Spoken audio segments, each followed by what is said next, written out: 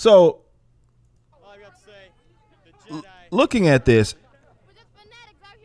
and all these people of all different races just having a good time, being so excited about Star Wars, being so excited about a product, and that's what brought them together. So why I'm always talking about the subculture war. That's what brought all these people together. These folks probably have all sorts of different political views, right? But they're coming together because Star Wars is something that they enjoy, and they're having a good time, and they and all of that sort of stuff. This, looking at this, and when I saw this reposted, and I was sitting here looking at this, it got me stoked, but it also brings that sort of sadness here because you look at how far that we've come from this, right? Folks that are so like me, these people are freaking stoked, bro. Like they're freaking stoked about just something as simple as Star Wars, and you'll see so many people. Again, there's black people, white people, all different women that are sitting here discussing, like, talking about their experience with this, and they love it. They love it. They have so much love for this fandom, and it's like a battle that our parents fought, our older brothers, our older sisters fought, that they already won. But for whatever reason, jackwagons, let me turn the audio down. For whatever reason, a bunch of jackwagons now have felt the need to try to fight this battle again. Hyperemphasis of racism, hyperemphasis of sexism and gender bullcrap and all sorts of things. The battle was already won.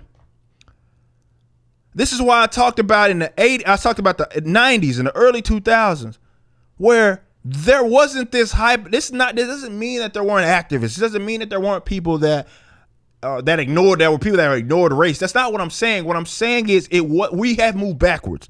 From a Western standpoint, when it comes to this subject matter, we've moved backwards. Now everybody's hyper-emphasizing racism and sexism and all sorts of stuff, trying to even find it where it doesn't exist. This is a battle that our parents fought and won. It's done. It was already done. And then you moved us backwards. That's what happened. We used to have entertainment as a form of escapism, where we would just enjoy it. It would bring so many of us together, and it didn't have anything to do with politics. We just enjoyed it. It brought us together. We consumed it. It was awesome. It felt good. And that's what a lot of these. Now, look, I'm a Star Wars normie. I know what people are saying about where Star Wars and the direction that they're going, and I've seen like the promotional material of their hyper emphasis of the future is female, or the force is female, or whatever, all types of crap that they throw out there, right? Because again, it's like they think that women, I don't know, didn't like Star Wars before or something of that nature. Again, they're fighting an invisible enemy. And what a lot of people say about activists, and I've said this too, is that the activism sort of gives people that otherwise would be of no value in the marketplace. Seriously, they have no value in the market. But that's what activism gives them. It gives them value. It's just this perpetuated value that, again, is kind of conjured up. But it gives them value because they otherwise wouldn't have it. They don't have any sort of talent to fall back on. But what they can fall back on is race, gender, and other sorts of other stuff. Those had to been good times, and even I experienced it going. I did a video, discussed like the one time where everybody wasn't obsessed about racism, even when I came up in the 90s. Where, again, it doesn't mean that there weren't activists. It doesn't mean that there weren't people that were hyper-emphasis of race. I'm saying that it wasn't to this degree. It wasn't anything close.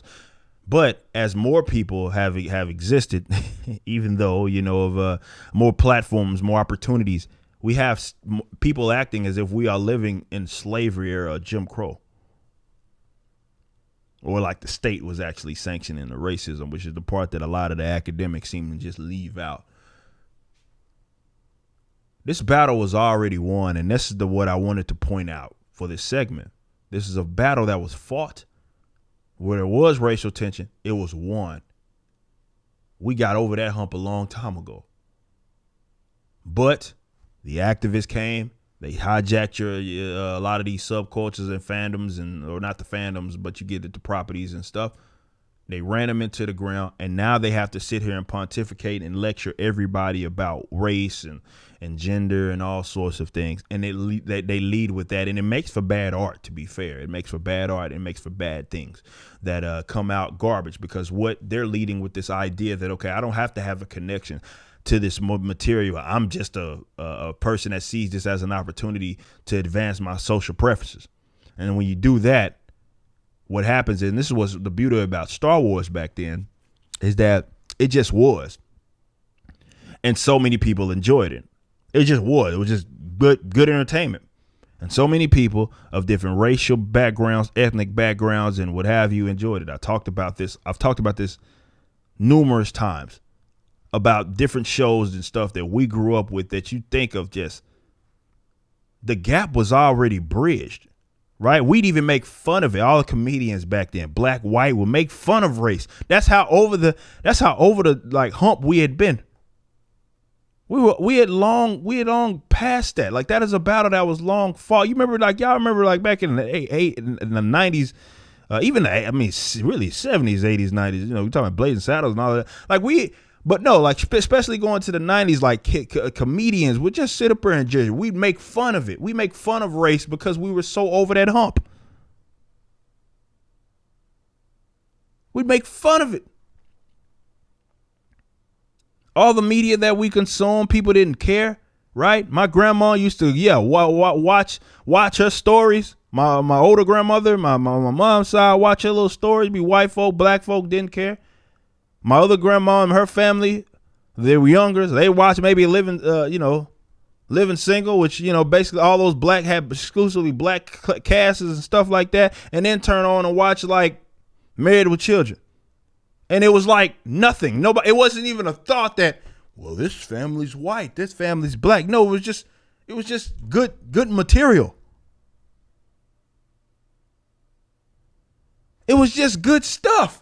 It was just good stuff. Nobody cared.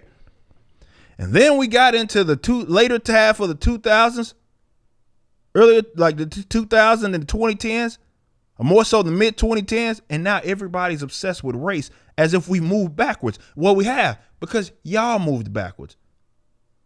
Because you started you're seeing things that aren't there. You're trying to find what isn't there, and we've moved backwards. So now everything is about tokenization, not even original stuff. Tokenization, using narratives of hijacking narratives, and it ain't even like good like analogies either, where you can say, okay, that's kind of like, no, it ain't even good. It's like they have to beat you over the freaking head with it. Like, oh, you gonna know that I'm talking about gender bull crap or something like that, or racial bull, or you're gonna know. Here's Batwoman.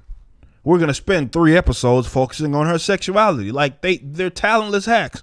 They have no idea what they're going. Supergirl, same thing with her sister. All right, here, we're going to sit up here and not only have that, we're going to have this character's father come in and talk about how he doesn't want her to be gay and all kinds of stuff. I'm sitting there like, what am I watching? It's because we moved backwards.